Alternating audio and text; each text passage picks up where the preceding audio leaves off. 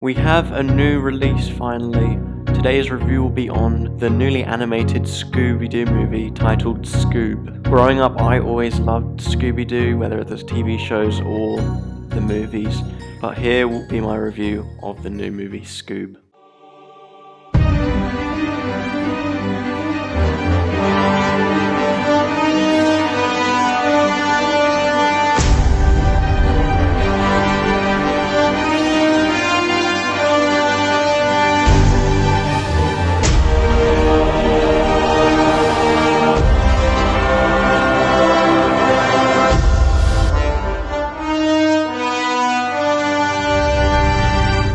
Scoob is a new animated Scooby-Doo movie, which is a more modern take on it.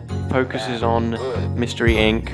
trying to solve their biggest mystery yet, and even includes other Hanna-Barbera characters, such as Blue Falcon and the villain Dick Dastardly. Before I properly get into my pros and cons, I'm going to add a new thing to my reviews where I give my thoughts before going into it, so whether that's from what I saw from the trailer or just reading about it before seeing any reviews or watching the film itself.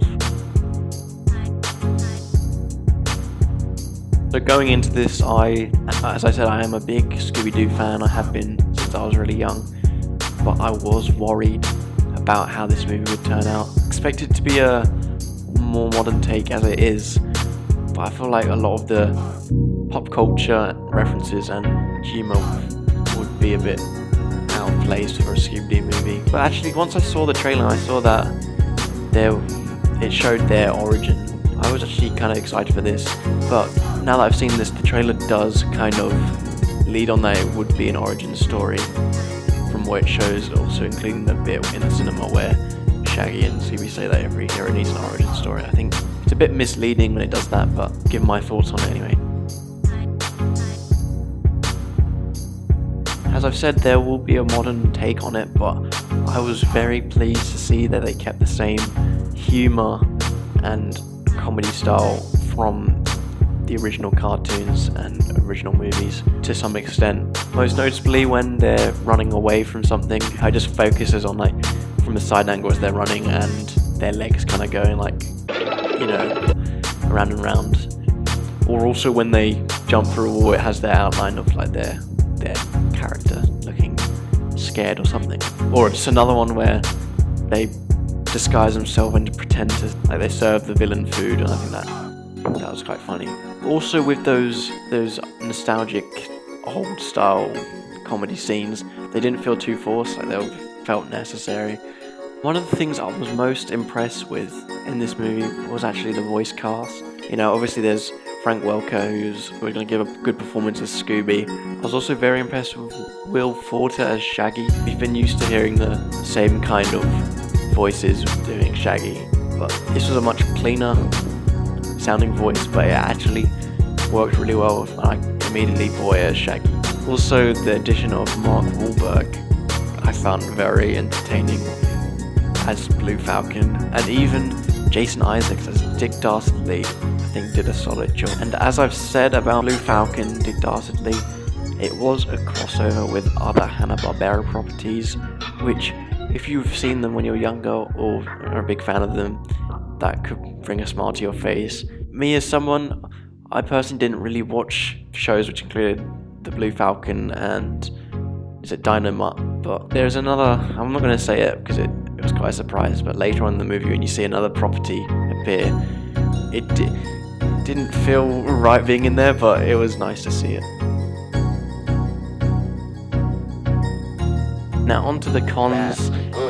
The first thing that comes to mind, I just want to get it out of the way, that there's a cameo, which I'm not going to spoil because you might enjoy it, which felt really outdated. I've seen that kind of cameo which brought laughs from me from a movie back in 2003 called Scary Movie 3. As you can tell, 17 years later, it's not going to be as funny. It kind of feels a bit cliche at this. It's becoming a bit of a cliche at this point, in my opinion, to have this person make a cameo. Nonetheless, it did have a few moments which made me laugh. And I've mentioned this before, but the modern humour at times did feel really forced when you can see in the trailer it references like Netflix. I can't think of too much off the top of my head because I watched it late last night. I'm fine with it including modern comedy. It's good, but it's very generic and honestly a bit cheesy and cringy. What you should be guaranteed with a Scooby-Doo movie is a great mystery story, but this one has kind of hopped onto the trend of being a superhero film. Obviously they're very popular nowadays. Mostly that superhero type of movie is supplied from Blue Falcon, but I personally would have honestly preferred a mystery focused film. I don't like it where they're up against like ancient spirits. Normally when you've seen them in the original cartoon, it turns out to somehow be someone under a mask, even though if it doesn't entirely make sense. But that's the sort of things I prefer.